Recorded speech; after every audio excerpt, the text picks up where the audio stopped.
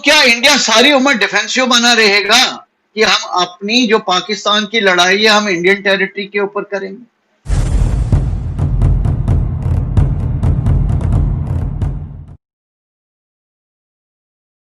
दो सवाल आपसे पूछना चाहता हूं मैं और इनको ग्रुप करना चाहूंगा, आप साथ में ही जवाब दे दें तो बेहतर होगा।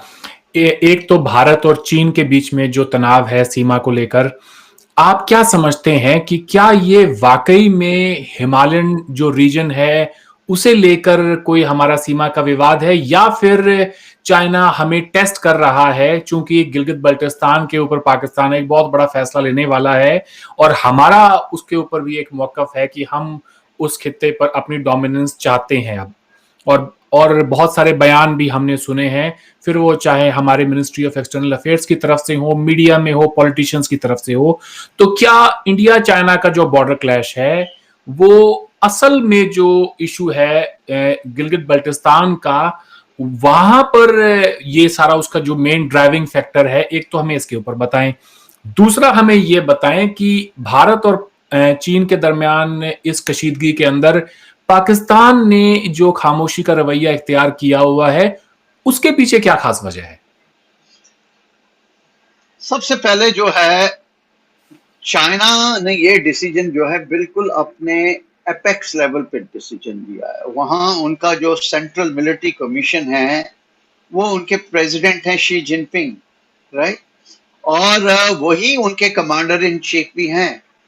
और इस वक्त जिस लेवल पे उन्होंने वहां पे मोबिलाइजेशन किया, तकरीबन 50,000 ट्रुप्स, जिसमें कुछ ट्रुप्स जो हैं उन्होंने दूसरे रीजन से भी, जो ताइवान के अगेंस्ट डिप्लॉय किया, कोरिया के अगेंस्ट, जापान के अगेंस्ट, वहां से भी ट्रुप मोबिलाइजेशन किए। बीजिंग में उनकी एक सेंट्रल जो है थिएटर कमांड है, वहां से भी ट्रुप्स लाए हैं। तो ये डिसीजन जो है एपेक्स लेवल पे लिया हुआ है।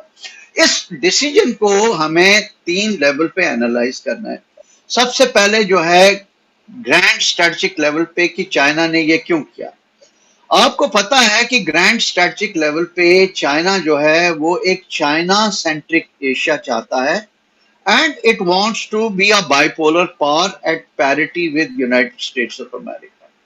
और उसको पता है कि इसमें एक इंडिया जो है एशिया के अंदर एक कॉम्पिटिटर है, और इंडिया और यूएस के रिलेशन जिस तरीके से कई 4-5 जो हमने एग्रीमेंट्स उनके साथ साइन किए थे, उनको लगा कि ये दोनों कंट्रीज एक दूसरे के नजदीक आ रहे हैं और इस रिलेशनशिप में मुझे एक वेज डालना है।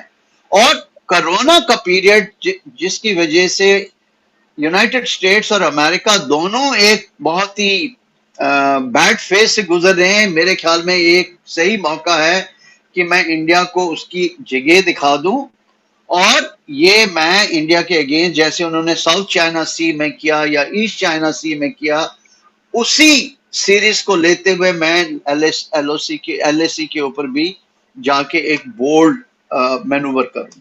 तो एक तो वो था। दूसरा इसका फैक्टर था रीजनल फैक्टर। आपको पता है कि अक्साई चीन की वजह से, शक्सगाम वैली की वजह से, सॉरी, सीपैक की वजह से चाइना एक डी फैक्टो थर्ड पार्टी है कश्मीर डिस्प्यूट में।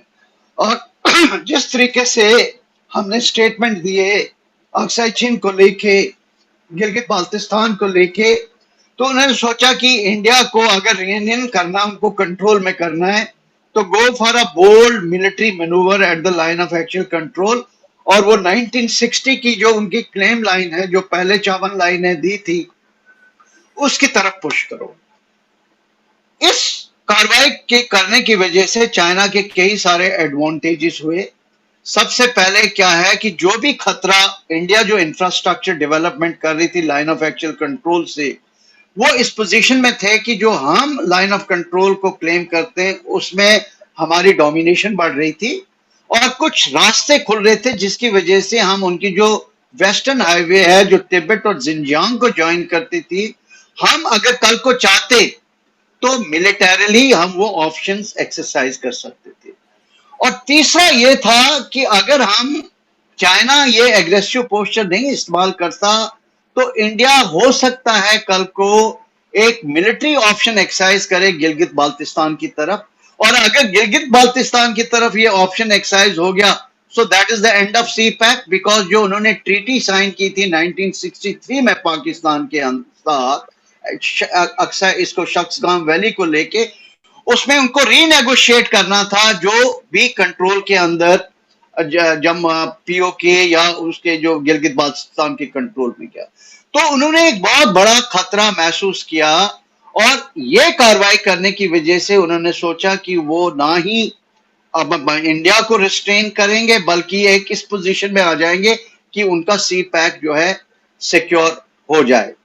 और तीसरी जो उनकी जो ये जो पूरा मुद्दा है वो है कि इंडिया को एम्बेरस करें पॉलिटिकली एंड मिलिटरीली, ताकि अगर इंडिया स्ट्रॉन्ग स्टेप्स नहीं लेता उनके अगेंस्ट, तो इंडिया उसकी अपनी पब्लिक की आइज में, कश्मीरी अवाम की, पाकिस्तान और बाकी नेबरिंग कंट्रीज की आइज में एक वीक पावर बन के रह जाएगा, and India will China will de facto emerge as the most preeminent power in Asia. तो ये सारे जो हैं ये फैक्टर्स हैं चाइना की तरफ से। अब पाकिस्तान क्यों चुप है? पाकिस्तान में भी दो ओपिनियंस यहाँ पे हैं। एक तो ओपिनियन जैसे वहाँ जनरल दुरानी है जो उनके फॉर्मर DGIS है, ये उन्होंने कुछ आर्टिकल लिखे कि भाई इस वक्त जो है इंडिया ट्रबल में है, make use of this window of opportunity, और आर्टिकल 370 एब्रोगेशन के बाद हम मिलिटरीली कुछ नहीं कर पाए, अब हमारे पास एक मौका है कि आप कुछ करें।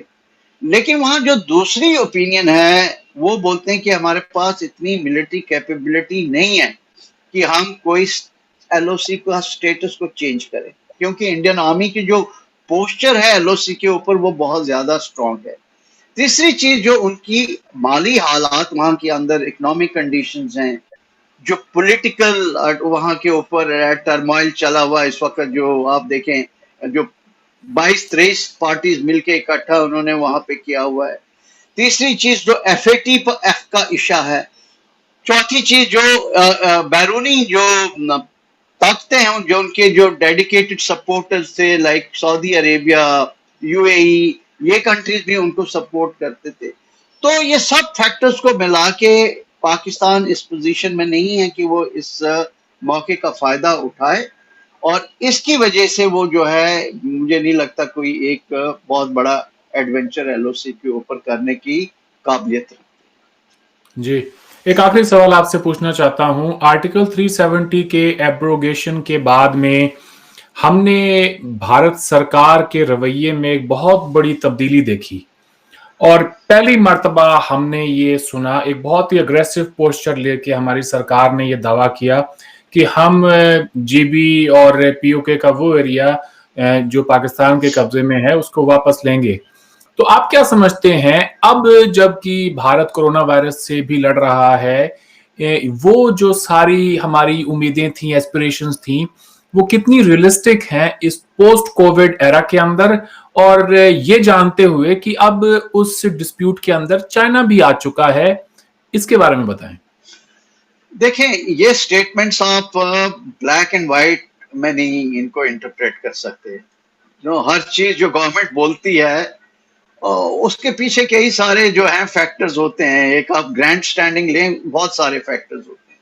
लेकिन एक चीज आप देखें कि इंडिया ने LOC को रिस्पेक्ट किया, शिमला माहिदे से पहले भी रिस्पेक्ट किया, शिमला माहिदे के बाद भी रिस्पेक्ट किया। अगर कोई कंट्री जिसने सारे एग्रीमेंट्स को वायलेट किया है तो वो पाकिस्तान है। आप कारगिल की कार्रवाई देखें, किस तरीके से वो कितने अंदर जो आके घुस के आगे थे, और उन्होंने ये जो वॉर ऑफ 1000 कट्स है उसको भी अनलिश इंडिया के ऊपर किया। जो उनके रेगुलर लोग जो हैं मिक्सअप होके टेररिस्ट के साथ आके इंडिया के ऊपर उन्होंने लड़ाई छेड़ दी। तो क्या इंडिया सारी उम्र डिफेंसिव बना रहेगा कि हम अपनी जो पाकिस्तान की लड़ाई है हम इंडियन टेरिटरी के ऊपर करेंगे? तो इसलिए एक स्टेज आ गई है to call Pakistani bluff and say that if you can take recourse to violence and military actions against India, right? India also reserves the right, if you do not moderate your behavior, आप अपने behavior में changes नहीं करते तो हमारे पास भी ये right है एंड कैपेबिलिटी है कि हम ये कार्रवाई कर सकते हैं। अगर आप एक छोटा वीक कंट्री के होने के बावजूद भी अगर आप इंडिया के अंदर एग्रेशन कर सकते हैं, तो हम तो थर्ड लार्जेस्ट मिलिट्री पावर है। तो अगर हम चाहें और कल को अगर पॉलिटिकल डिसीजन लिया जाए तो हम जाके अपने एरिया को वापस कर सकते हैं। अब इसका आगे इम्प्लीमेंटेशन करना है नहीं करना है, कोरोना है नहीं है, इन फैक्टर्स के अंदर मैं नहीं जाऊंगा, लेकिन मैं आपको इन सम एंड सब्सटेंस ये बोलता हूं कि इंडियन मिलिट्री के अंदर ये काबिलियत है कि वो इस किस्म के ऑपरेशंस कर सकते हैं। बाकी रहा international situation, regional geopolitical situation, and the political will and the necessity to take this decision is a subsequent matter. I'll not get into it.